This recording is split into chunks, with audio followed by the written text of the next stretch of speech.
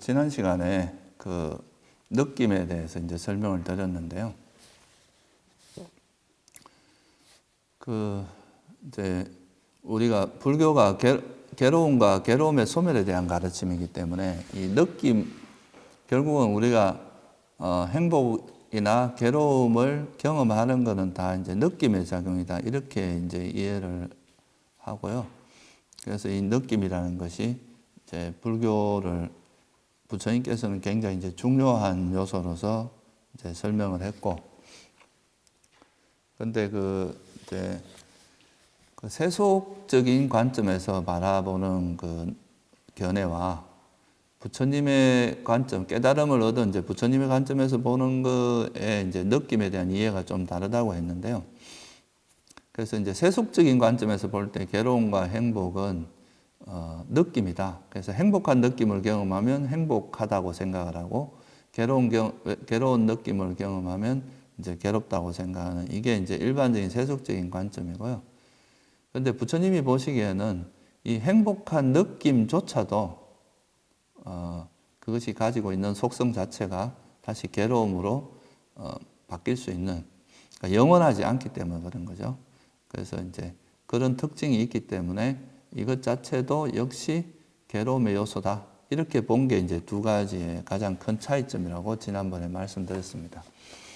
그러니까 이제 이 현상을 바라보는 관점이 부처님의 관점하고 부처님이 보시는 견해하고 이제 세속적인 견해가 좀 다르다는 걸 의미하고 있죠.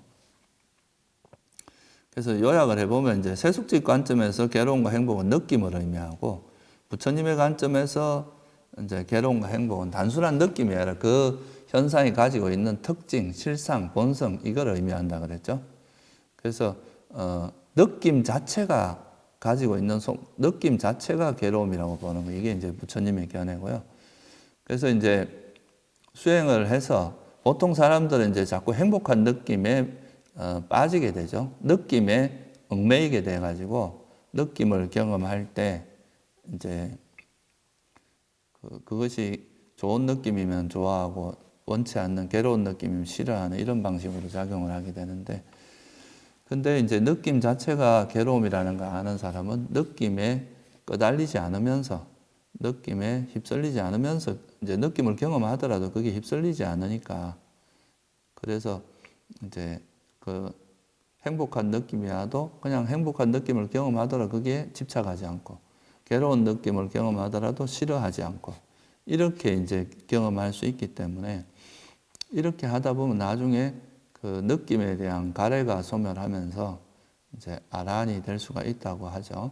그러면 이제 아라한이 되면은 이제 느낌을 경험하더라도 느낌에 매이지 않으면서 경험을 하게 되는데, 이렇게 해서 이제 아라한의 삶을 쭉 살다가 아라한이 되는 순간에는 이제 가래는 소멸했지만 아직까지 괴로운 느낌이나 행복한 느낌을 경험 안 하는 건 아닙니다.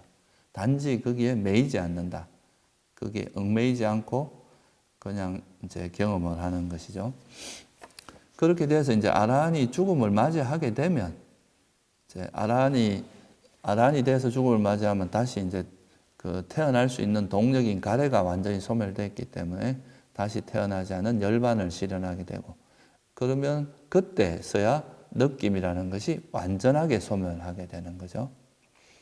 그래서 이제 이 느낌이 완전하게 소멸한 그 상태를 우리가 괴로움의 소멸이라고 한다고 이제 말씀을 드렸습니다.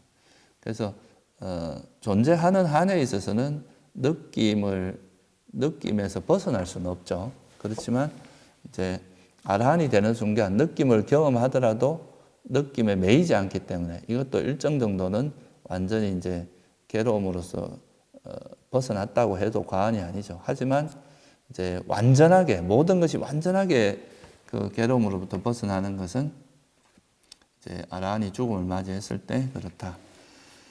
그래서 이게 이제 지난번에 말씀드린 겁니다. 그래서 세속적인 견해에서는 괴로운 느낌을 괴로움이라고 생각하고 행복한 느낌을 행복이라고 생각하지만, 붓다의 견해에서는 괴로운 느끼는 느낌 자체가 모두 다 괴로움의 속성이 있다. 그리고 느낌의 소멸, 그러니까 아라한이 돼서 죽음을 맞이했을 때 다시 태어나지 않는 열반, 그 상태가 느낌의 소멸이고 그게 진짜 행복이다.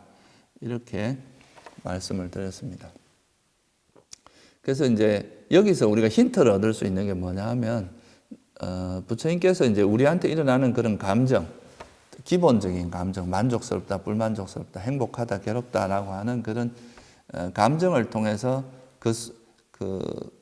단순히 그 감정에 빠지지 않고 그런 느낌, 그런 감정이 가지고 있는 본질적인 모습, 그거를 들여다봄으로써 그 속에서 이제 이 느낌 자체가 괴로움이라 이런 진리를 발견해내는 것처럼, 이거를 느낌을 좀 더 일반화시키면 이 세상에 있는 모든 현상을 그냥 그 보여지는, 경험되어지는 그 표면적인 거에 빠지지 않고 그것이 가지고 있는 본질적인 모습, 실상이라고 하고 또는 특성을 꿰뚫어 보고 그것을 깨달음으로써 이 세상에 있는 모든 것들의 본질 자체가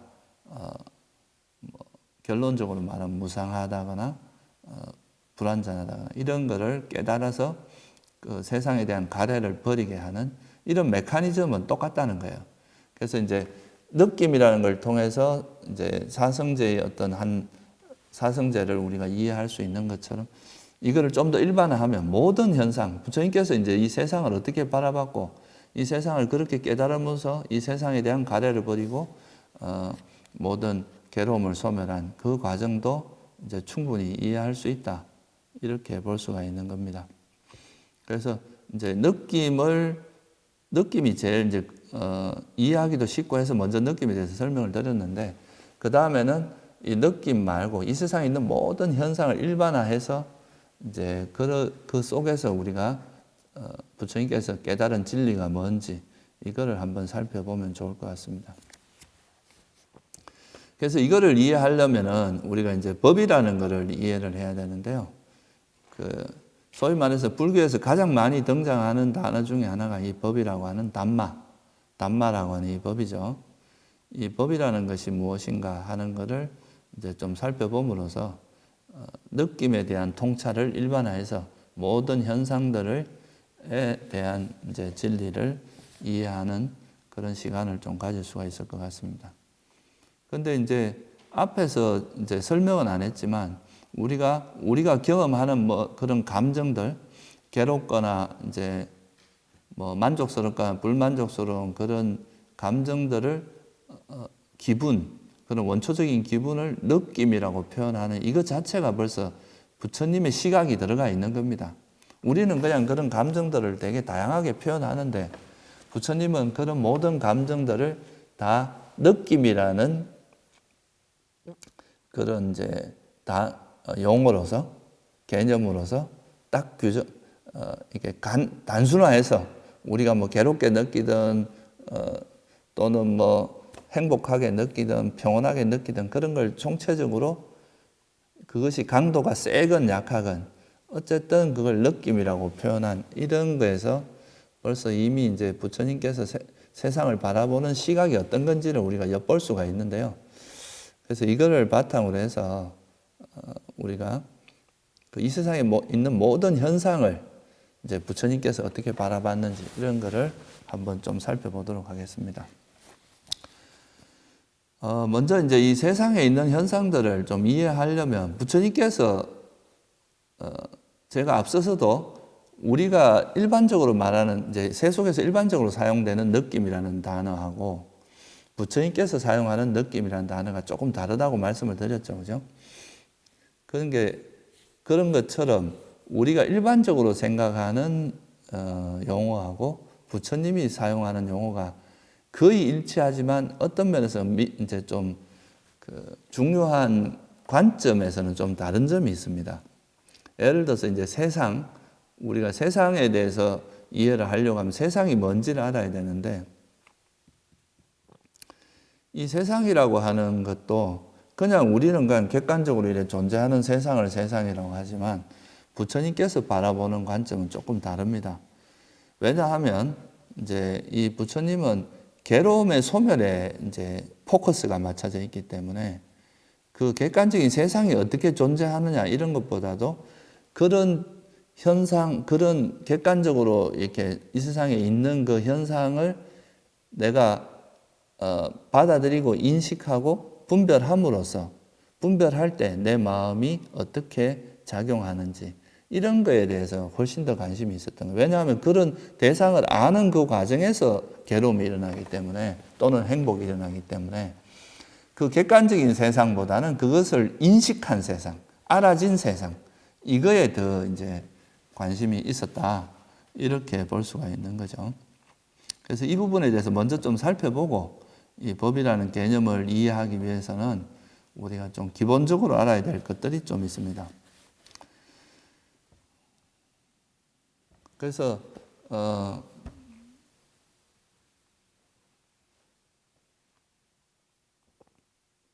우리가 이제 바깥의 세상을 이렇게 분별하는 것을 부처님께서는 어떻게 했느냐 하면은 우리 존재에게는 이제 6가지 감각 기능이 있다 그랬죠. 안, 이, 비, 설, 신, 의라고 하는 그러니까 눈이 있고 귀가 있고 코가 있고 또 이런 혀로 통해서 맛을 알고 우리 몸을 통해서 촉감을 느끼고 또 마음을 통해서 뭘 분별하고 이런 작용을 하는데 그래서 그런 걸 이런 6가지 감각 기능과 이제 형색, 소리, 냄새, 맛, 촉감, 그러니까 법이라고 하는 이 6가지 대상이 이렇게 그러니까 마음과 대상이 이렇게 만나면서 거기서 이제 어떤 알미 일어나서 우리가 이제 세상을 이해하게 되는 거잖아요.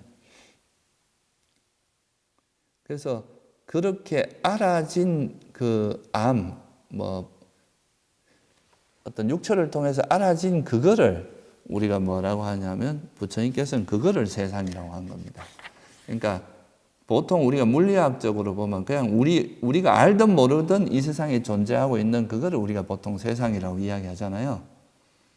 그냥 그렇게 이제 보통 이해를 하는데 그게 한 개인으로 가서 한 사람이 그 괴로움을 벗어나기 위해서는 그 객관적으로 존재하고 있는 그 세상을 인식하는 그 우리 마음 상태가 중요하기 때문에 그런 객관적인 세상보다도 그 알아진 세상, 그거를 이제 되게 중요하게 바라보는 거죠. 그래서 여러분들이 이거를 좀 이해하시는 게 불교를 이해하는데 또 굉장히 중요한 포인트이기도 합니다. 제가 앞서 그런 말, 대상보다는 마음이다. 그러니까 어떤 바깥의 대상보다는 그 대상을 인식한 이 마음 상태에 대한 그것을 인식한 그 마음, 그것이 어떤 상태인지 이거를 이제 되게 중요하게 보는 것이 불교와 일반적인 거에 다른 점이라 그랬죠. 그래서 이거에 대해서 좀 여러분들이 좀 이해를 할 필요가 있어서 76페이지 한번 펴보세요, 책에서.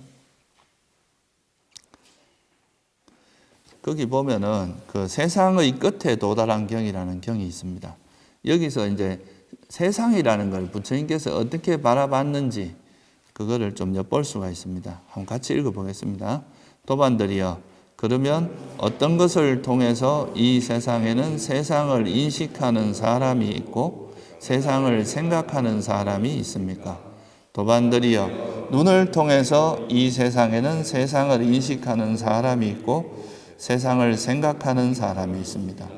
귀를 통해서, 코를 통해서, 혀를 통해서, 몸을 통해서, 만호를 통해서 이 세상에는 세상을 인식하는 사람이 있고 세상을 생각하는 사람이 있는데 이것을 성자의 율에서는 세상이라 말합니다.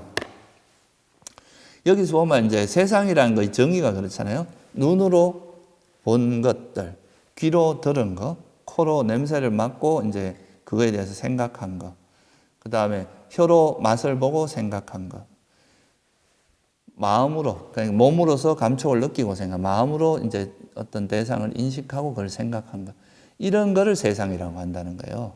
그러니까 객관적인 세상도 중요하지만 우리가 그 세상을 어떻게 어떻게 이해했느냐, 어떻게 알았느냐, 분별했느냐, 그거에 따라서 세상을 정의한다는 거죠. 이거는 왜 이렇게 보느냐 하면은 우리는 물리학을 하거나 세상 천문학을 하는 거나 이런 게 학문을 하는 게 아니라 괴로움을 소멸하기 위한 건데 이 괴로움이라는 것은 우리 마음에서 일어난다는 이런 시각이 들어가 있는 거죠.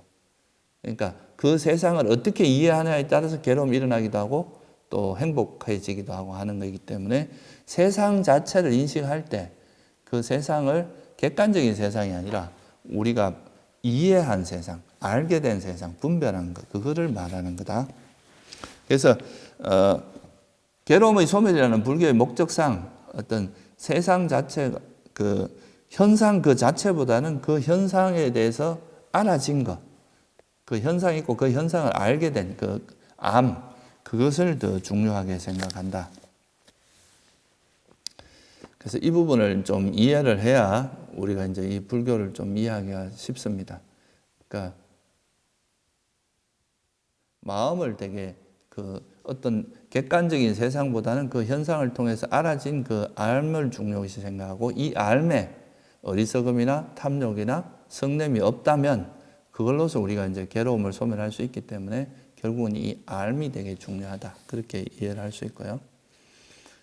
그래서 그런 세상을 이제 부처님께서 이제 좀 우리가 이해를 하고 그 이해한 것에 대해서 이제 집착을 버리는 또는 이제 어리석음을 버리는 이런 쪽으로 이제 수행을 하게 되는데요. 그러면 우리가 이제 세상을 아는 것이 중요하다고 했어요. 세상 그 자체보다 어떻게 아느냐. 그러면 이 알 때 우리가 필연적으로 이제 우리가 동반되는 게 있습니다. 제가 예를 들어서 여기 뭐 노공기가 있는데 이 노공기를 안다라고 할 때는 이 노공기라고 하는 이거는 사실 하나의 물건이거든요. 근데 이 물건을 우리가 보고 이것은 노공기구나라고 아는 거에는 반드시 이 현상에 대한 인식, 그러니까 뭔가 이 현상에 대해서 내 이름을 붙이고 뭔가 표상, 그러니까 개념을 붙이는 이런 것들이 반드시 동반됐을 때 우리가 그 현상을 이해할 수 있기 때문에 어떤 대상을 알 때는 반드시 그 현상에 대한 개념이 들어갑니다. 그 언어적으로 들어갈 수도 있고 언어 이전에 그냥 어떤 이미지, 표상 이런 걸로 인식할 수도 있는 거죠. 그냥 우리가 뭐가 뭔지 이름이 붙어 뭐가 뭔지를 모르는 건 저기 뭐가 어떤 모습이나 형상은 인식을 했는데 그게 뭔지는 모르는 그런 것이 있을 수 있죠. 그래서 그것이 반드시 언어적으로 되지 않더라도 뭔가 표상작용 또는 좀 더 이게 발전하면 언어로서 이렇게 딱 규정되는 언어 그런 것이 들어가야 우리가 그 대상을 인식할 수 있고 대상을 분별할 수 있고 알 수 있기 때문에 우리가 어떤 대상에 대해서 안다는 의미에는 반드시 그게 뭐가 동반되느냐 하면은 그 현상에 대한 그러니까 개념이 그러니까 표상이나 언어적인 이런 개념이 들어가는데 이런 개념이 바로 이런 개념을 만드는 것을 불교에서는 그것도 정신작용일 거 아니에요. 그죠? 그런 개념을 만드는 정신작용을 불교에서는 인식이라고 합니다. 상 또는 인식이라고 표현을 하죠. 그러니까 우리가 어떤 뭔가를 인식할 때는 뭔가 이렇게 그것이 뭐다라고 표시를 해서 이렇게 받아들이는 그 과정이 필요한데 이거에 대해서 뭔가 표시하는 이 역할을 하는 것을 불교에서는 이제 인식이라고 표현한다는 거예요. 이거 빨리어로는 인식이 뭐냐면 산냐라고 하는데요. 산냐. 이 산냐라는 거는 좀 분석을 해보면 산 플러스 즈나라고 하는 이 두 가지로 구분이 되는데 이거를 이제 한마디로 말하면 이거는 함께 알다 이런 뜻입니다.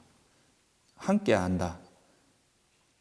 이건 뭘 의미하냐면은 우리가 지금 이거를 아까 제가 노공기라고 표현을 했는데 이걸 노공기라고 하는 게 꼭 이 모양만 노공기라고 하는 게 아니라 어떤 소리를 저장할 수 있는 그런 기능을 갖춘 건 다 노공기라고 이름을 붙이잖아요.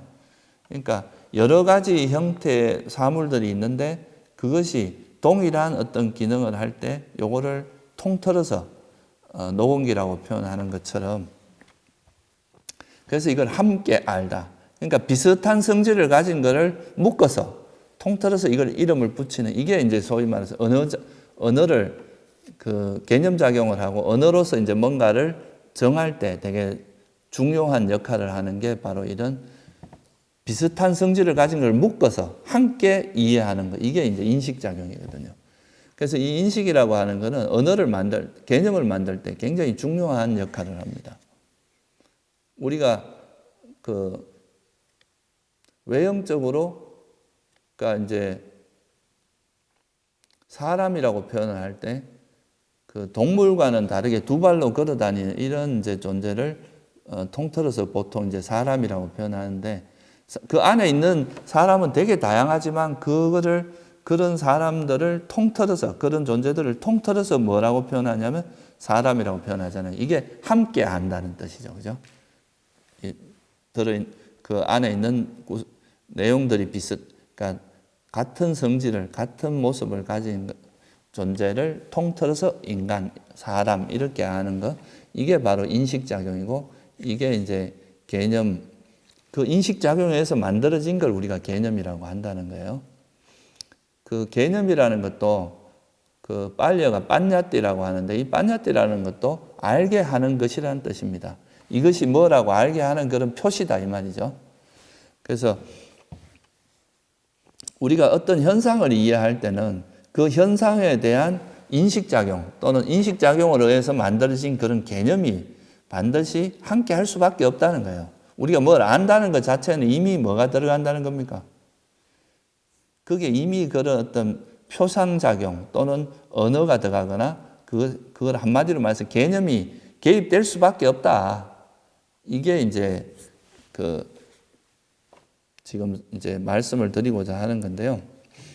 그래서 이것도 보면은 우리가 이제 어떤 대상을 인식하는 것을 나중에 조금 더 자세히 설명을 드리겠지만, 보통 이제 의식 또는 마음을 통해서 이제 외부 대상을 인식을 하게 되는데, 알게 되는데, 이 알 때 이 마음이라고 하는 작용 속에, 마음의 이제 작용 속에는 그런 대상을 인식하는 작용도 있고, 느낌처럼 대상을 느끼는 작용도 있고, 이런 게 함께 작용을 한다는 거예요. 이게 그러니까 어떤 대상이 있으면 그 대상에 대해서 괴로움이나 행복을 느끼는 건 느낌이라고 표현한 거고, 그것에 대해서 그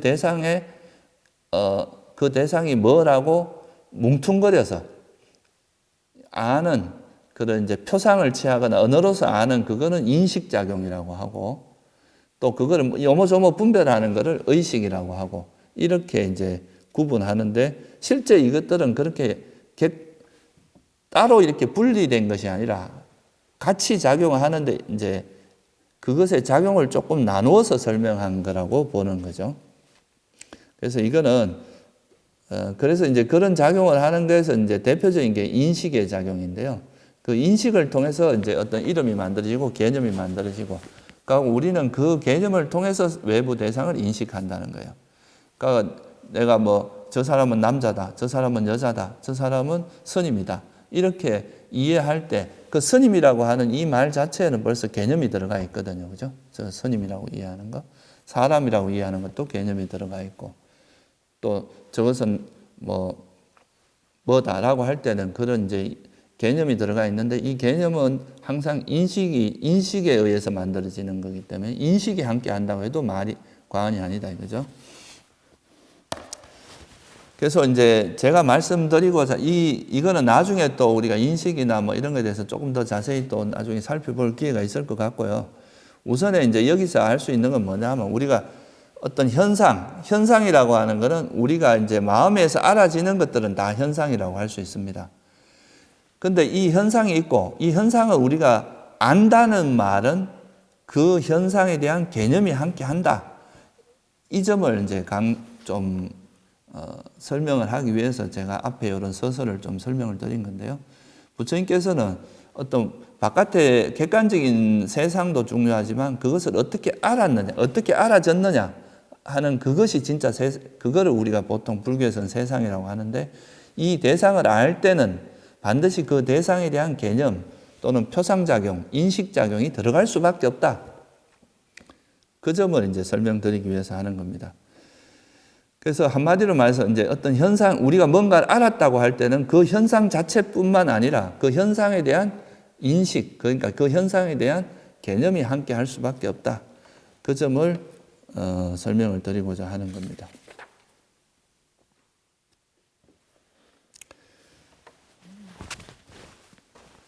그래서 이거는 뭐냐 하면은, 그러니까 아까도 제가 말씀드렸지만 이 세상에서 존재하는 어떤 현상, 우리가 알지 못하는 현상들도 있을 거 아니에요. 한 번도 경험해보지 못한.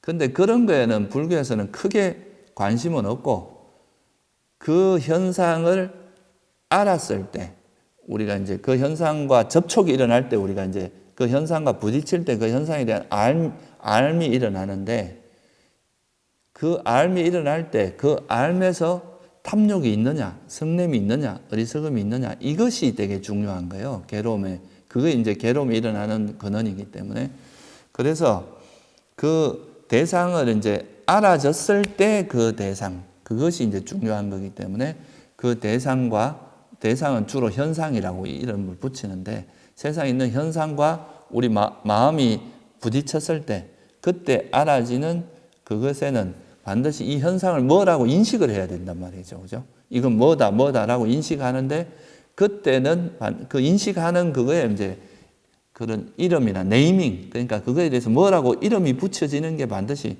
들어갈 수밖에 없다. 그러니까 또 그거 자체는 꼭 언어적인 표현이 아니라도 이미지로서도 우리가 인식할 수 있는데 그런 게 다 통틀어서 개념이라고 하기 때문에 그 현상과 개념은 항상 같이 이해를 해야 된다. 이렇게 그 부분을 좀 이해를 하시고 좀 내 이야기를 좀 진행해 보려고 하는데요. 그러면 이제 어떤 현상이 있을 때 그거를 이렇게 뭐라고 이름 붙여 우리가 개념을 가지고 인식을 해요. 그러면 그것을 알게 될 때 그것을 어떻게 이름 붙이느냐, 어떻게 이제 표상작용을 취하느냐, 이거는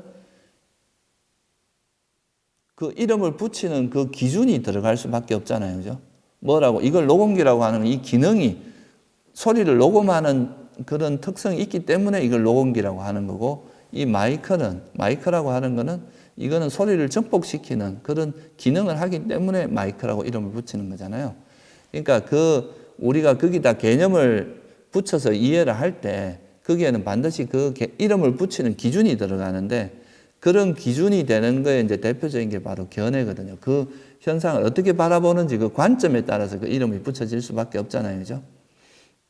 그래서 그 관점은 굉장히 많을 수 있습니다. 우리가 뭐 물리학적인 관점도 있고 뭐 수학적인 관점이 되게 다양할 수 있는데 이걸 뭐 우리가 이런 이제 철학을 하거나 이러자는 목적은 아니니까. 근데 크게 나누면 두 가지로 나눌 수가 있어요. 이 관점은.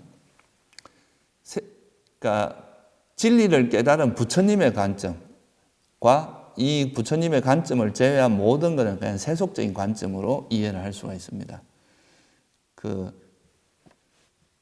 특히 이 괴로움을 소멸하는 이제 완전 진리를 깨달아서 괴로움을 소멸한 이 부처님이 세상을 바라보는 관점과 그거와 다른 관점, 또 세속적으로 우리가 보통 일반적인 사회를 형성한 존재들이 만드는 관점, 이 두 가지로 나눌 수가 있기 때문에 그 두 가지만 우리가 좀 파악을 해봐도 충분합니다. 그래서 이 세속의 견해와 이제 붓다의 견해가 있다. 그러고 이 깨달음에 내에서도 수많은 견해가 있지만 그 중에서도 특히 우리가 관심 있는 건 뭡니까? 뭐 물리학적으로 세상을 막 분석하고 이런 것도 아니고 철학적으로 막 세상에 대해서 깊이 사유하는 게 목적도 아니고 불교가 이제 추구하는 목적은 우리가 존재들이 겪고 있는 그런 괴로움의 소멸이기 때문에 특히나 괴로움과 행복에 대한 견해가 되게 중요하겠죠. 그죠? 다른 어떤 견해보다. 그래서 괴로움과 행복에 대한 견해 중에서 붓다의 견해, 그런 기준에서 부처님이 세상을 바라보는 견해와 그냥 일반적인 세속의 견해, 이 두 가지로 나눌 수가 있다. 그렇게 이해를 하면 될 것 같고요. 그래서 우리가 이제 부처님의 깨달음을 얻은 붓다의 견해에 대해서 좀 이해를 함으로써 괴로움을 소멸할 수 있는 그런 측면이 있고요. 또 세속의 견해를 무시할 수가 없어요. 왜냐하면 우리도 뭐 수행자들도 어차피 세속에서 같이 살아가기 때문에 세속적인 관점도 무시할 수가 없습니다. 그래서 이제 이 관점에는 두 가지가 있는데 요거를 한번 살펴보도록 하겠습니다. 예를 들면 이런 거예요. 이제 아까 제가 이제 이 녹음기 예를 들었는데 이 녹음기가 있는데 이거를 보통 녹음기라고 표현하는 건 세속에서 일반적으로 사용되는 언어적 표현, 이게 세속적인 개념이죠. 그죠? 근데 부처님이 보시기에는 이거는 이제 녹음기이기도 하지만 이거의 본질은 변형되기 마련인 특성을 가진 물질이다 이거예요. 물질. 그래서 이거를 녹음기가 아니라 물질로 바라보는 이거는 붓다의 견해입니다. 이거를 이제 세속적인 견해에서 녹음기라고 할 수 있지만 부처님의 견해에서 보면 이건 이제 그 물질이라고 볼 수 있잖아요. 이렇게 두 가지 현상을 바라보는 관점이 좀 붓다의 견해로 보는 것과 붓다의 관점에서 보는 거하고 세속적인 관점이 다르다는 것을 좀 이해를 하면서, 그러면 세속적인 견해는 뭐 여러분이 그래 설명을 많이 안 드려도 다 알 수 있을 겁니다. 사회적 관습이나 약속에 따라서 만들어진 그런 그거에 의해서 세상을 바라보는 관점이죠. 그래서 그 세속적인 관점으로 보면 이거는 뭐 마이크고 이거는 뭐 태블릿이고 저건 시계고 저거는 뭐 캠코더고 사람이고 이렇게 우리가 일반적으로 통용되는 의사소통을 위해서 만들어진 그런 개념, 그런 건 다 세속적인 견해에 들어갑니다. 그래서 뭐 세속적인 견해로 보면은 뭐 녹음기, 시계, 남자, 뭐 분노, 짜증, 스트레스 뭐 이런 걸 다 이제 다른 현상으로서 이해를 하죠. 그리고 이것도 세속 내에서는 또 같이 통용되는 언어이기 때문에 이걸 또 세속적으로 봐서는 틀린 건 아닙니다. 그래서 이거를 세속적 견해에 의해서 세상을 바라봤을 때 얻어진 알을 우리가 세속적 진리 또는 뭐 속죄라고도 표현하는데 이것도 틀린 건 아니다 이거죠. 그래서 이건 세속적인 진리라고 할 수 있고요.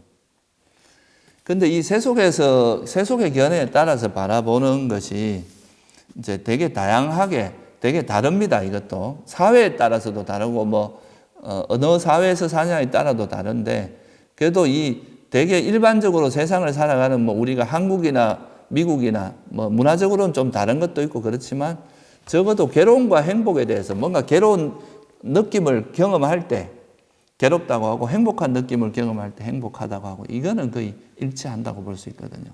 그래서 이제 앞에서 설명드렸듯이 세속적인 관점에서 괴로움과 행복에 대한 그런 견해는 거의 일치합니다. 그래서 이 세속적인 뭐 견해 이거는 뭐 그렇게 깊이 설명을 안 드려도 여러분들이 이해를 할 수 있을 거라고 생각을 하고, 그 다음에 이제 붓다의 견해에 대해서 조금 더 자세히 살펴보겠습니다.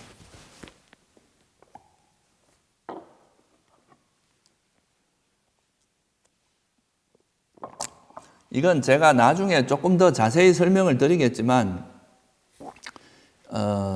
이제 세속적인 견해, 그러니까 속죄하고 이제 궁극적, 그러니까 붓다의 견해에서 바라보는 이런 궁극적 진리, 이런 거를 좀 이제 아비담마나 이런 데서는 조금 다르게 보는 시각이 있는데요. 제가 일단은 이거는 뒤에 가서 좀 자세히 설명을 드리기로 하고, 우선에 세속적인 견해는 세속적 관점에서 현상을 이해한 것, 이거를 우리가 세속적 진리라고 한다. 이 정도만 이해를 하시면 되고요. 그러면 예를 들어서 이제 이 녹음기라고 하는 걸 제가 설명을 드릴 때, 이 우리가 녹음기라고 할 때는 그 녹음기가 현상 그 자체만 의미합니까? 아니면 이 현상에 대한 알을 담고 있습니까? 사실 이 녹음기 자체는 뭐라고 이름 붙여도 상관없잖아요. 그죠? 그렇지만 이거를 이제 우리가 녹음기라고 인식하는 그 개념이 붙음으로써 이것은 이 소리를 녹음하는 기능을 가진 물건이구나 이렇게 이해를 할 수 있잖아요. 그러니까 이 현상 자체도 있지만 이 현상에 대한 알미 포함되어 있고 거기에는 이것의 기능적인 견해가 내포되어 있다는 거죠. 그래서 우리가 녹음기라고 하면 단순히 이 언어만 뜻하는 게 아니라 그 녹음기라고 하는 언어가 지칭하는 사물, 현상도 같이 포함하고 그걸 같이 이해를 할 수밖에 없다는 거예요. 그렇죠, 그죠? 그러니까 단순히 이거를 언어로만 이해를 하면 안 된다 이거예요. 그 녹음기라고 이름을 붙였을 때는 녹음기라는 그 사물과 그거를 이해하는 개념, 이 두 가지가 함께 포함되는 거다. 이렇게 이해를 하면 되겠죠, 그죠? 그러면 부처님의 견해로 이걸 좀 바꿔서, 그러면 세속의 견해는 이제 세속적으로 의사소통, 기능이나 그런 의사소통을 위해서 만들어진 관점이라고 본다면, 그럼 부처님의 견해는 어떻게 이제 이해를 할 수 있느냐 하면, 부처님의 견해로 세상을 바라본다는 것은 그냥 겉으로 드러난 그 현상 그것뿐만이 아니라 뭐를 본다는 겁니까?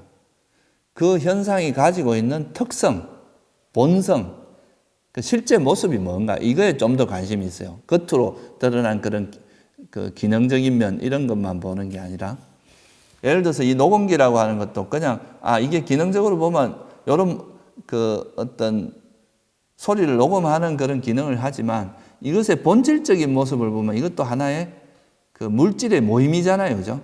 그러니까 이것도 하나의 물질이라는 거예요. 이게 본질적인 모습은. 그래서 이거를 세속적인 관점에서 보면 이건 녹음기라고 볼 수 있지만 부처님의 관점에서 깨달은 이게 본질적인 실상, 이것이 가지고 있는 특성의 관점에서 보면 이거는 뭐 그냥 물질이라고 할 수가 있거든요. 그러니까 이런 게 이제 결국은 붓다의 견해로 현상을 본다는 것은 부처님께서 이제 이 세상의 본질을 느낌도 그냥 행복한 느낌 그 드러난 그걸로 보면 행복이지만 이거의 본질을 들여다보니까 이 행복한 느낌도 사라질 수밖에 없고 이것은 그 자체로 불완전하기 때문에 이건 괴로움의 특성이 있다고 보고 이걸 괴로움이라고 본 거잖아요. 그런 것처럼 단순히 겉으로 드러난 그 현상뿐만 아니라 그것이 가지고 있는 본질, 특성, 실상이라고 하는 이런 측면에서 현상을 바라보는 것을 우리가 붓다의 견해라고 본다. 이렇게 이해를 하면 될 것 같아요.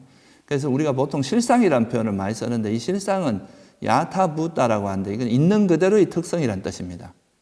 그러니까 내가 왜곡하는 게 아니라 그 사물이 가지고 있는 그대로의 모습이다.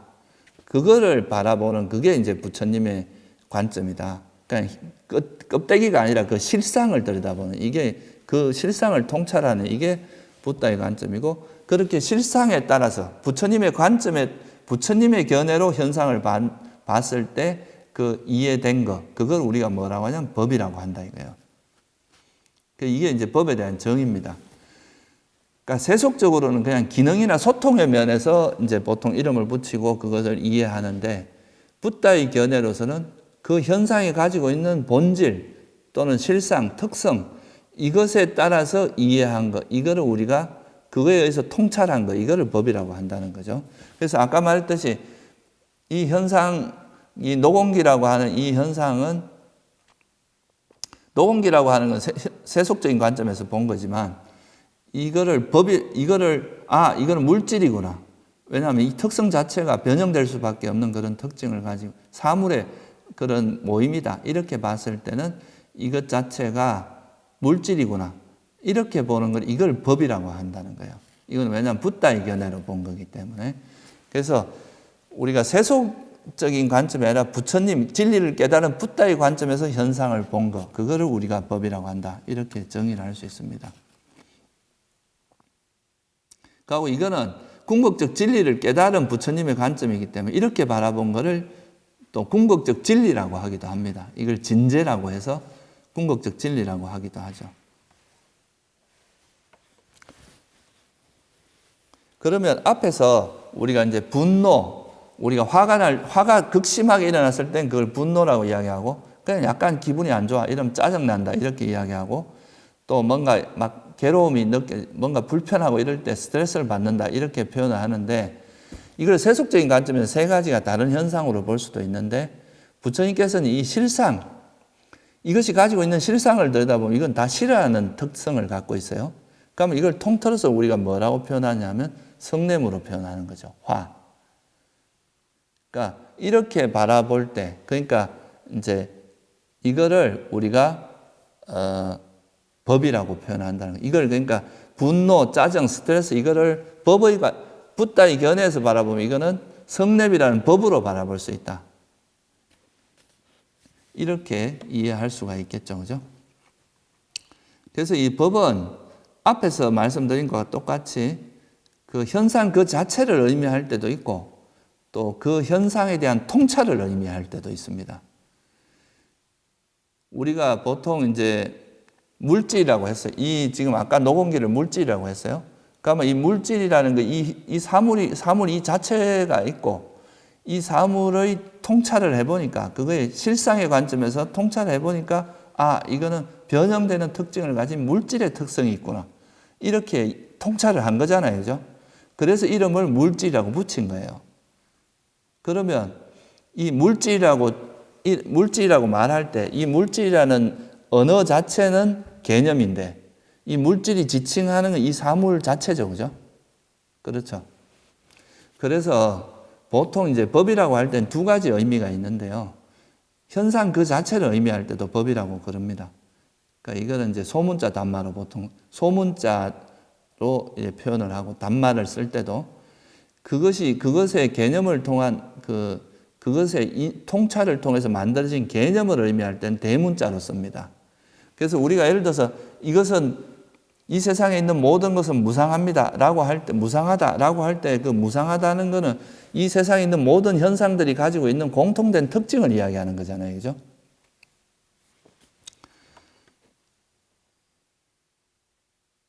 그래서 이 개념과 그 개념을 의미할 법이라고 하는 것은 그런 진리를 뜻하는 또는 그 현상의 언어를 뜻하는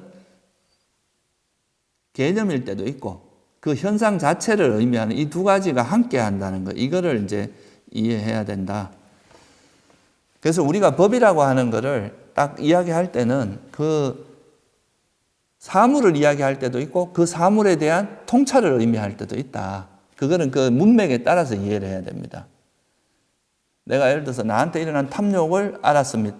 내가 마음에서 이래 성냄이 일어났어요. 성냄을 알아차렸다. 이렇게 말할 때는 성냄이라고 하는 현상 그 자체를 주로 의미하는데 이것이 성냄이라고 아는 것은 또 뭐를 의미합니까? 그 현상에 대한 통찰, 그러니까 그 현상을 이해한 그 통찰이 들어가 있는 거잖아요. 그죠? 그러니까 이거는 이제 단순히 그 현상 자체를 의미할 때도 있고 그거에 따른 개념을 의미할 때도 있다. 그 두 가지를 잘 이해하면 좋을 것 같습니다. 그래서 쉽게 말해서 그냥 세속적인 관점에서 이해하는 방식이 있고 하나는 부처님이 이 현상을 어떻게 이해했느냐 이 두 가지에 따라서 하나는 세속적인 견해로 바라본 것 이거는 세속적 진리라고 하고 깨달은 부처님의 눈으로 바라보고 그걸 언어로서 정리해서 설명한 거 이거는 법이라고 한다. 이렇게 이해를 하시면 될 것 같아요. 그래서 실제로 근데 이제 우리가 세상에서 살면서는 보통 세속적인 언어에 익숙하기 때문에 이렇게 어떤 걸 볼 때 자꾸 세속적인 언어로 가게 됩니다. 그러면 그것이 가지고 있는 본질적인 그 부처님이 바라본 그 실제 모습은 잊어버리고 실상은 잊어버리고 자꾸 뭐로 돌아가면 세속적인 견해로 쫓아가게 됩니다. 이게 이제 수행에서 어려운 부분이에요. 예를 들면 지난 시간에 설명한 감각적 욕망이라고 하는 부분을 가지고 이야기를 해보면 감각적 욕망을 통해서 행복을 느껴요. 그러면 순간적으로 우리는 이걸 행복이라고 받아들입니다. 왜냐하면 세속에서는 계속 그렇게 받아들여 왔기 때문에. 그런데 이 세속적 견해에서는 행복이거든요. 그런데 이걸 붓다의 견해로 바꿔서 보면은 붓다의 견해로 바라보면은 이 감각적 욕망의 행복 자체도 결점이 많고 이것은 무상하고 영원하지가 않으니까 이건 본질적으로 뭐라 그랬습니까? 괴로움이라 그랬잖아요.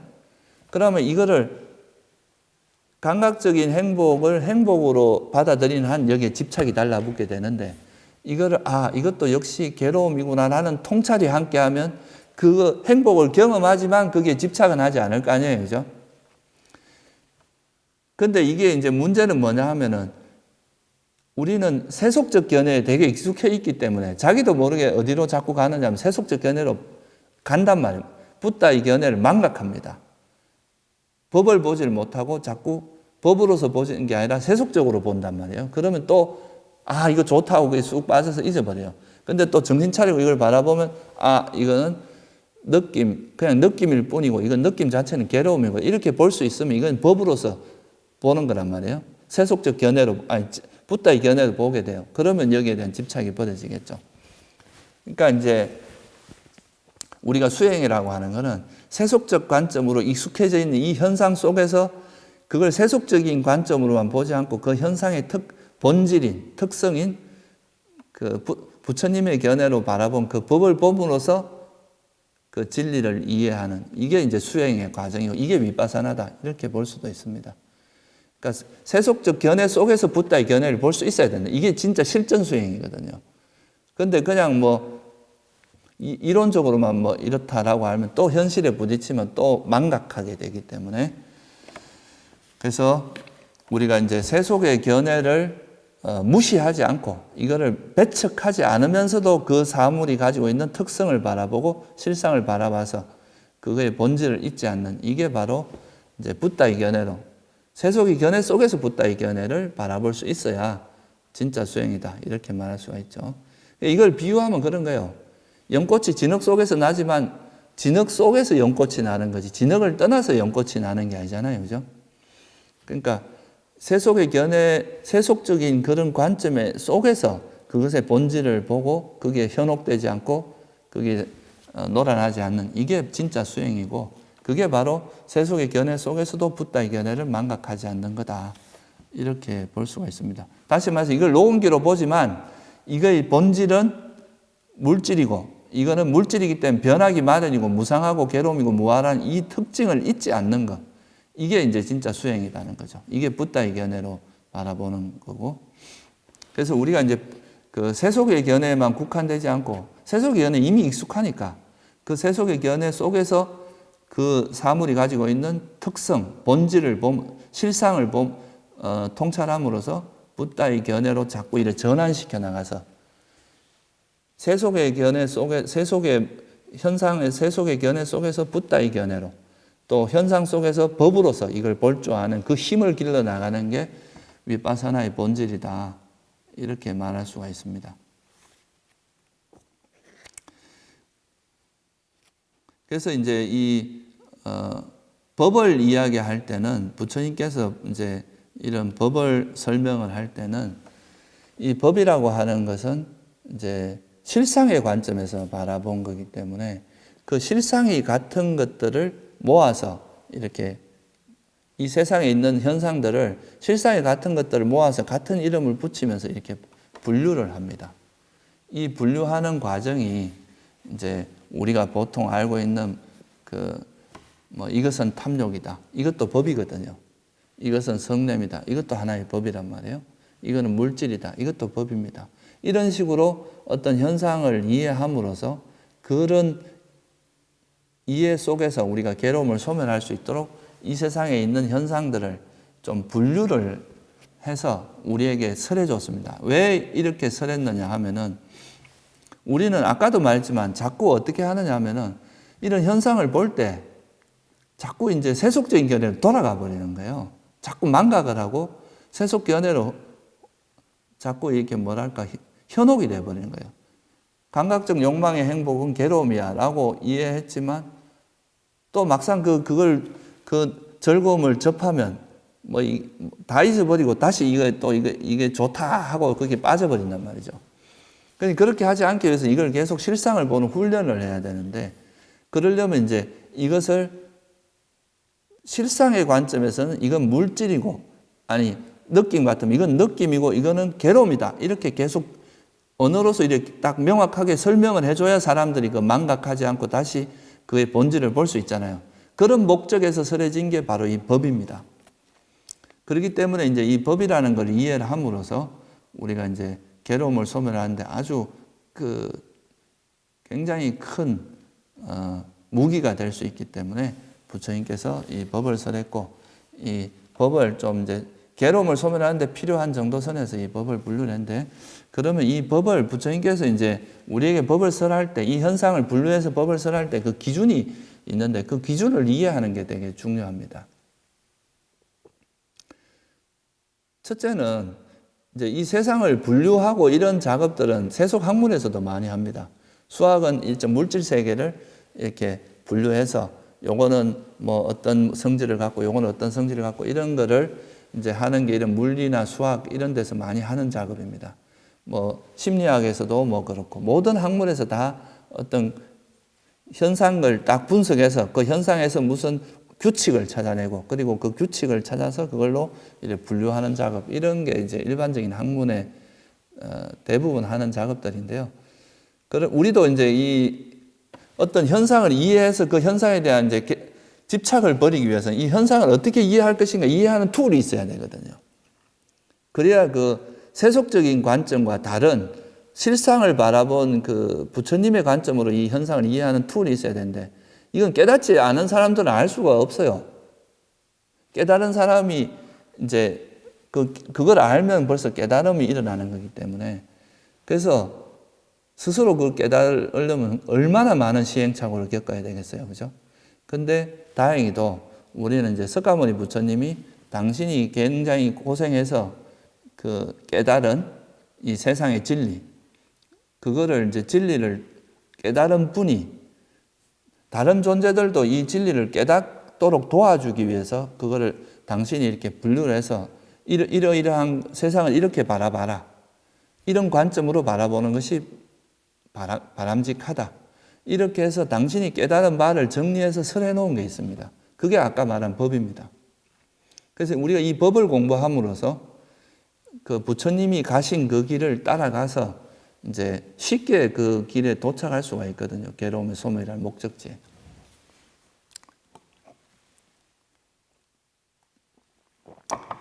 요즘 세상에서 그런 말 많이 하잖아요. 금수저, 은수저, 흙수저 이런 말을 많이 하는데,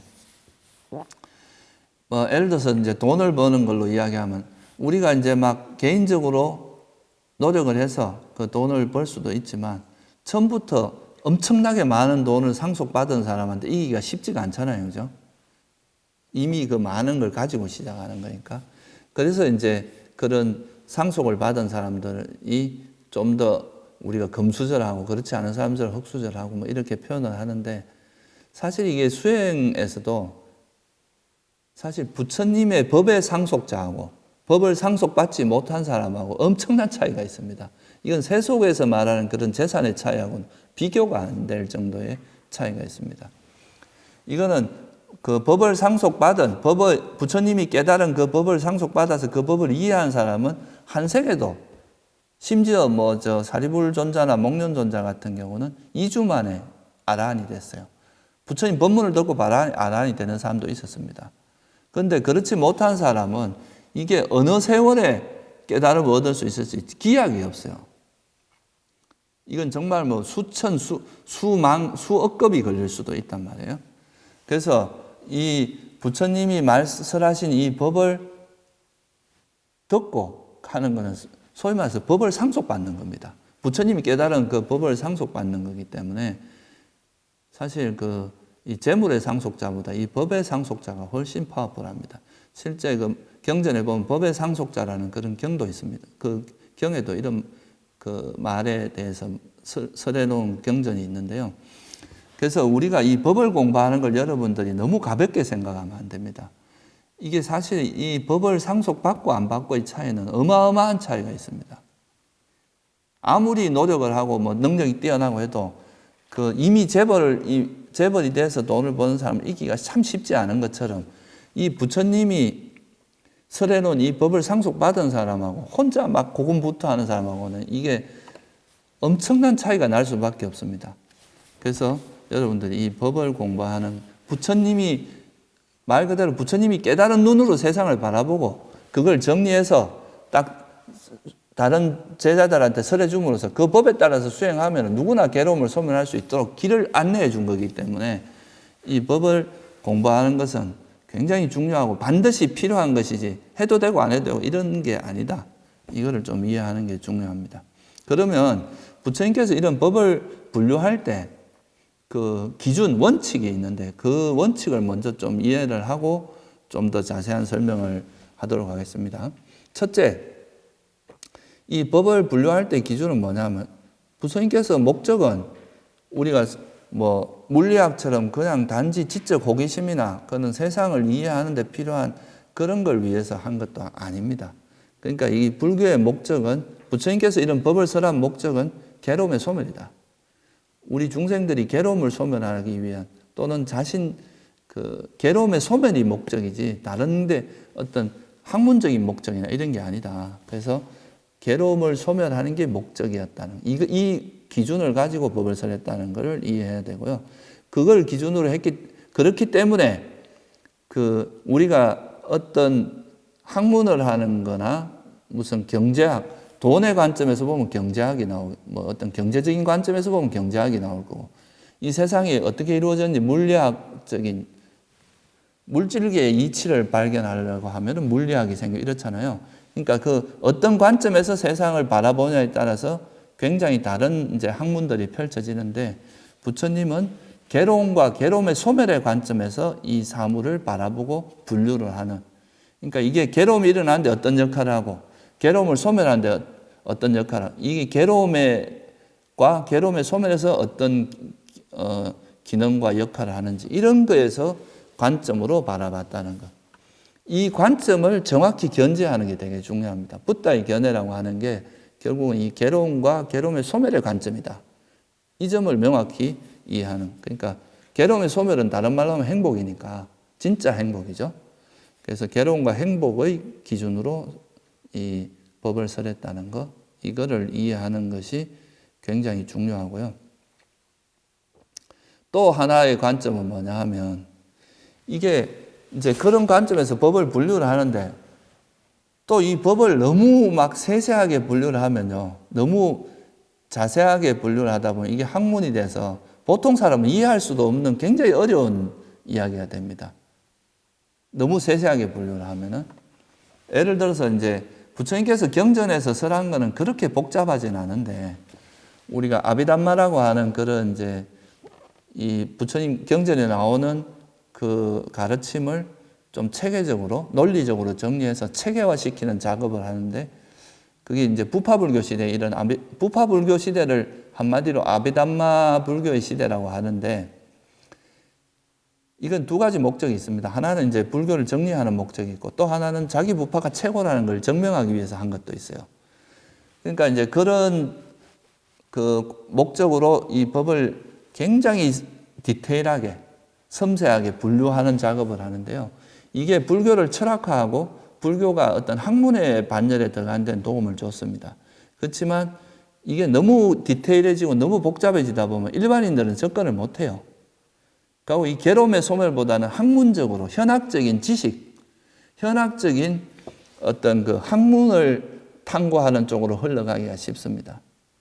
그러니까 그거 가르침을 통해서 내 괴로움을 소멸하고 나한테 일어나는 내 번뇌를 봐서 그 괴로움을 소멸하는 쪽이라기보다는 이것은 뭐다 이렇게 분류하고 그것을 특정해서 이제 분류하고 막 이걸 논의하고 분별하는 이런 작업에 몰두하게 되죠. 그러면 이건 현학적인 학문이나 사상, 이론으로 흘러가기가 쉽죠. 그래서 너무 이렇게 세세하게 분류하는 이런 것도 좀 자제했어요. 부처님은 목적이 모든 존재들이 괴로움에서 벗어나는 걸 도와주기 위한 목적이었기 때문에 당신의 능력을 보여주기 위한 이런 게 아니었거든요. 그래서 이제 너무 세세하게 분류를 하지 않았어요. 꼭 필요한 정도만. 그래서 이걸 근데 또 너무 분류를 안 하고 그냥 알아서 해. 가래만 버리면 돼. 이렇게만 설명을 해버리면 또 보통 사람들이 접근하기가 또 너무 어려우니까 그렇다고 해서 또 너무 이렇게 간단하게 설하신 건 아니고 그러니까 괴로움을 소멸하는데 꼭 필요한 정도 범위 내에서 너무 또 부족하지도 않고 그렇다고 또 너무 넘치지도 않은 정도 범위 내에서 법을 설한 게 보통 제가 생각할 땐 경전에 나오는 수준은 그 정도 수준이라고 볼 수 있습니다. 우리가 경전에 나오는 가르침들은 그래도 그걸 알아두면 분명히 우리가 수행하는 데 도움이 되고 또 그 정도는 알아야 우리가 수행하는데 적어도 바른 길을 찾아갈 수 있다. 너무 법을 모르고 수행을 하다 보면요. 이 길이 가는 게 이게 바른 길인지 엉뚱한 길인지도 모르고 그냥 어떻게 보면 재수로 가는 거기 때문에 이게 상당히 위험도가 많습니다. 우리가 그 괴로움, 번뇌가 없는 그런 세계는 한 번도 가보지 못한 세계거든요. 그런 세계를 그냥 아무 안내도 없이 혼자 간다는 건 굉장히 위험 요소가 많습니다. 그래서 이제 기본적으로 수행하는데 필요한 정도의 범위 내에서 설하셨고, 그렇지만 그렇다고 해서 너무 이거를 복잡하게 해서 너무 이론이나 현학적인 지식이 되지 않도록 적당하게, 요즘 말로 하면 간 조절을 잘했다. 정말 이게 적정선을 잘 찾아서 균형감을 가지고 이제 법을 설했다. 그래서 우리가 적어도 이 니까에 나오는 그런 그 가르침 중에서 그 중에서도 좀 요약하자면 사성제에 대한 이런 가르침들, 경전에 나오는 이 사성제에 대한 이런 가르침들 정도는 그와 관련된 이런 것들은 우리가 꼭 알고 수행을 해야 그릇된 견해에 빠지지 않고 이제 잘못된 수행에서 외도의 이상한 방향으로 흘러가서 오히려 수행 안 한 것만 못한 그런 상황은 발생하지 않는다. 이렇게 볼 수 있습니다. 그래서 이제 법을 설할 때 그런 기준이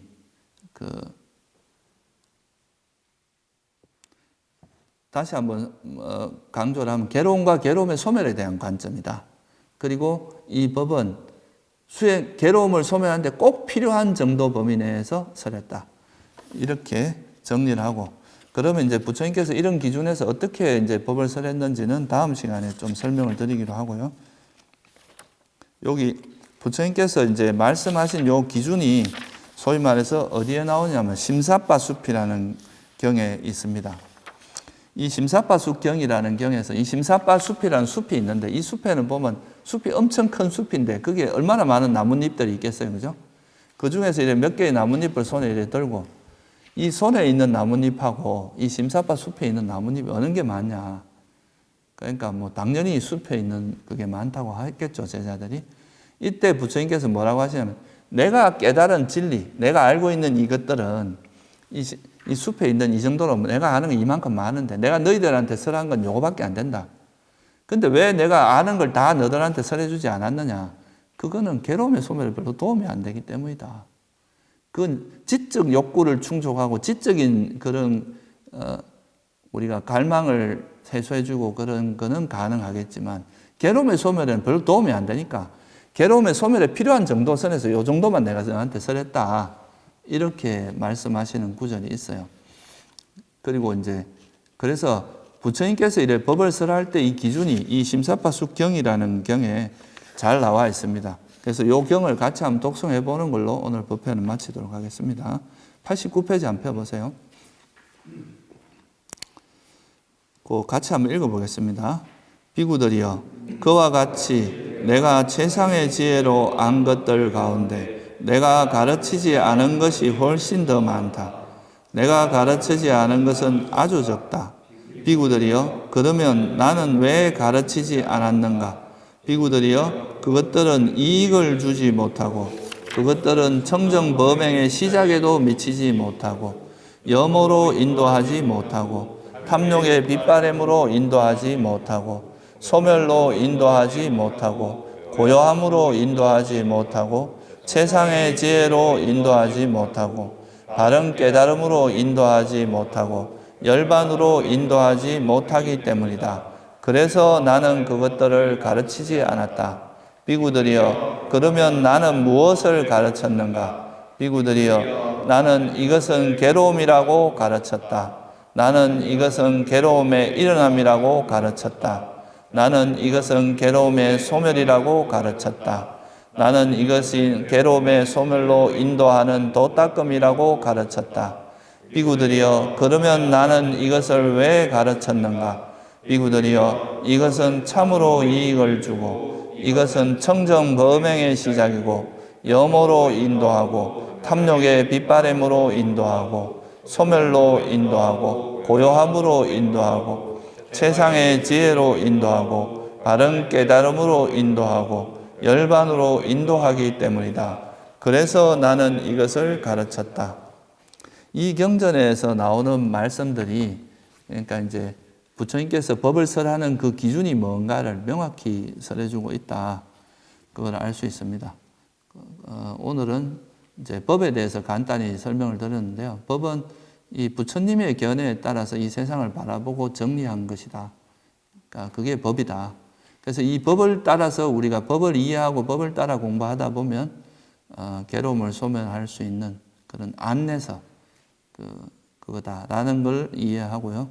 그러면 다음 시간에는 이제 이 부처님께서 이 세상, 우리가 살고 있는 이 세상에서 일어나는 모든 현상을 어떻게 분류했는지, 그걸 어떻게 이해했는지, 그거에 대해서 이제 설명을 하기로 하고 오늘 여기서 마치겠습니다.